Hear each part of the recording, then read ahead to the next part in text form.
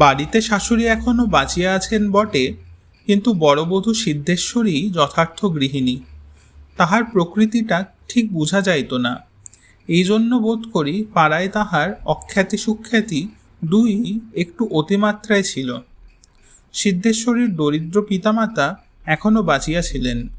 গত 5-6 বৎসর ধরিয়া তাহারা অবিশ্রাম চেষ্টা করিয়া এবার পুজোর সময় মেয়েকে বাড়ি লইয়া গিয়াছিলেন।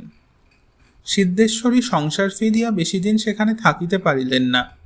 মাসখানেক পরেই ফিরিয়া আসিলেন, কিন্তু কাটোয়ার ম্যালেরিয়া সঙ্গে করিয়া আনিলেন। অথচ বাড়ি আসিয়া অত্যাচার বন্ধ করিলেন না। তেমনি প্রাতঃস্নান চলিতে লাগিল এবং কিছুতেই কুইনিন সেবন করিতে সম্মত হইলেন না। অতএব ভুগিতেও লাগিলেন। 2-4 দিন যায়, জ্বরে পড়েন, আবার উঠেন, আবার পড়েন, ফলে দুর্বল হইয়া পড়িতেছিলেন।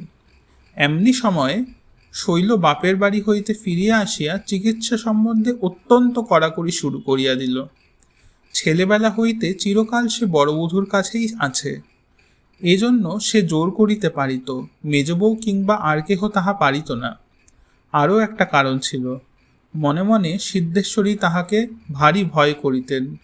শৈল অত্যন্ত রাগী মানুষ এবং এমনই কঠোর উপবাস করিতে পারিত যে একবার শুরু করিলে কোনো উপায়েই তাহাকে জলস্পর্শ করানো যাইত না। এইটাই সিদ্ধেশ্বরীর সর্বাপেক্ষা উৎকণ্ঠার হেতু ছিল।